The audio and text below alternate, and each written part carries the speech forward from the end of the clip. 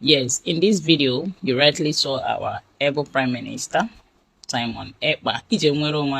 Yes, some people gonna call you. You shouldn't expect everybody to love him, right? But the genuine one know that PM Simon Ekpa is fighting for their freedom. Some of you say just 6 months. Do you think it's easy for someone to be detained like confined? No, somebody developed free before later the person left everything he or she name, the person's career, the person's family, everything we put on for you. Yet some of you still would not appreciate it. But that's by the way. Let me quickly go to the update from Finland. Yes, there is good news. Yeah, but I want you to pay very close attention to this video. At the end of this video, you hear from the chairman of the Pan-African Forum. He's not a Nigerian. So what he said about Nigeria, and he's equally interested in PM's case. On a go to Nigeria and EU as well. Because Africa as a continent, we are out to liberate ourselves from our oppressors. They can't tell us that we are independent, but they are still indirectly using the old leaders they set up in different countries in Africa, using them to continue exploiting us. So I'm equally using this opportunity to advise you, man and woman, young, old, download X, Twitter.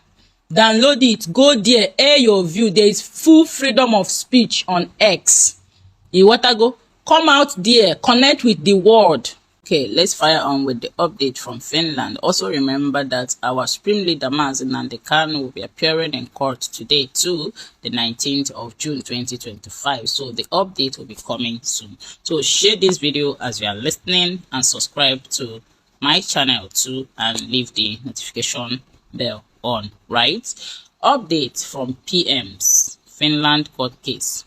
The Finland case on our PM concluded today, June 18th, 2025, with the judgment scheduled for September 2025.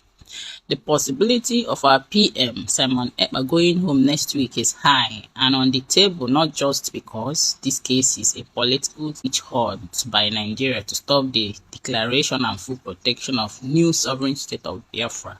It is also a case of self-determination and self-defense by a people whose citizens have been killed daily for their religious and political belief by Nigeria President Tinubu and Defense Chief Christopher Musa.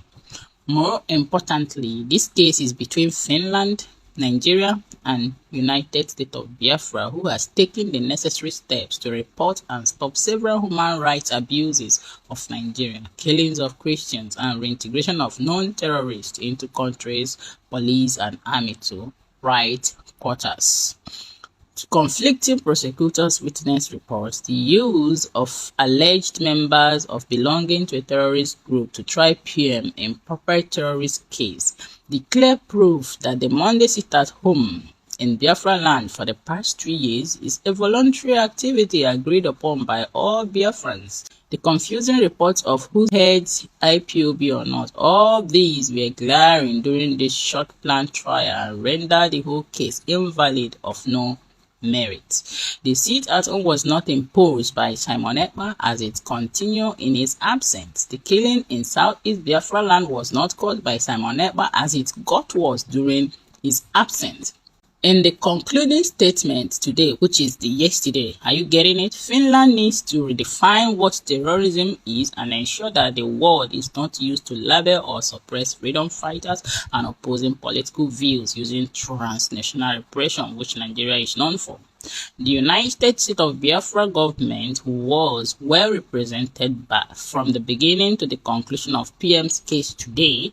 The United States of Biafra USV is a sovereign nation that was declared in Latin Finland on the November 29, 2024 without a PM, Simon Ekpa. The cabinet of the USB makes decisions relating to issues of the new nation and stand 100% with our Prime Minister Simon Ekpa and our leader Nnamdi Kanu. Self-determination and self-defense is our right, and we are committed to building one of the best countries in Africa. Biafrans have the right to vote and all. Dr. Ngozi Orabreze, DPM/COS, United State of Biafra. My people, when I don't hear as it happen. So the chances of our PM going home next week is very, very high, as the case is all done, waiting for final verdict on September 2025. Alright, kindly share this video and listen to the chairman of the Pan-African Forum and also Michael Rubin, what he said about Nigeria. In short, Nigeria Tigo. Nigeria Tikas Chage Tikas. Because share this video as you are listening and stay tuned for more updates. Bye for now. As a veteran journalist, this is a country that has gone down completely in terms of rule of law. Every time you open television in Nigeria, my dear brother, there is kidnapped 200, 300, 400, 10 people died. That Nigeria has got a very huge army, but very useless army. It turns on hunting down civilians.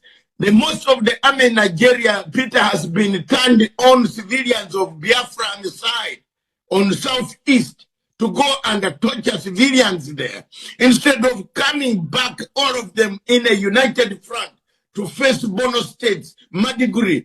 All those northern parts of Nigeria are gone. They have been infiltrated by Al-Qaeda, ISIS, Boko Haram. We know who these owners of ISIS and Al-Qaeda are. Last week I told you, these are not very far. In East Africa, we know them. They wear uniforms that resemble a uniform of another country across the Red Sea, up in Qatar. Why haven't we apprehended these guys? Why haven't we told the leaders we want you to talk to us? Nigeria should ask African Union, the United Nations, that this problem that they have in their state is beyond their means of their army to protect civilians. And in fact, everywhere, not only in that state, in every part of Nigeria, they are total kidnapped, they are herders with guns, where they came from. Nigeria has 20 million cows, but it has more problems than India that has got 300 million cows. Nigeria should be on its blacklist. It should be its worst tier, because reality cannot be ignored, nor should human rights of all those in Biafra be swept under the bus.